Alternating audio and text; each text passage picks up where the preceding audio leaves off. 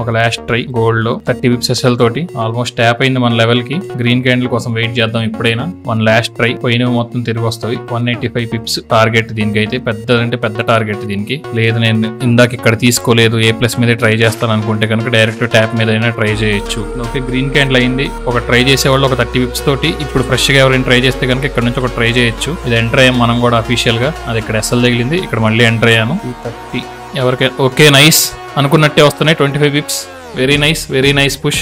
Okay వచ్చేసినవి 30 pips. 185 వద్దులేండి, 180 పెట్టుకుందాం టీపీ, లేకపోతే ఇంకొద్ది కిందకే పెట్టుకుని 150 పెట్టుకుందాం. హోల్డ్ చేయండి, ట్రేడ్ వెళ్ళిపోతుంది ఈజీగా. మంచిదంటే మంచి పుష్ వచ్చింది. డబ్ల్యూ లండన్ సెషన్ 45 ఎగ్జాక్ట్గా 45 పిప్స్ ఇచ్చింది. పైకే వెళ్ళాలి దాని డెస్టినేషన్. అన్ని మంచిగా ప్రాఫిట్లోనే ఉన్నాము. ఇవన్నీ కూడా మీకు ఫ్రీ టెలిగ్రామ్లో అప్డేట్ అవుతాయి. ఈ ట్రేడ్స్ అన్ని రిజల్ట్స్ ఏమైనవి ఏంటి అన్నది కూడా. హోల్డ్ చేసే వాళ్ళు ఉంటే కనుక హోల్డ్ చేయండి. దీని యొక్క టీపీ వచ్చేసి 150-180 పిప్స్ ఉంటుంది. ఈ స్ట్రాటజీ మీరు నేర్చుకోవాలనుకుంటే ఇన్స్టాలో DM చేయండి. Thank you and follow for more.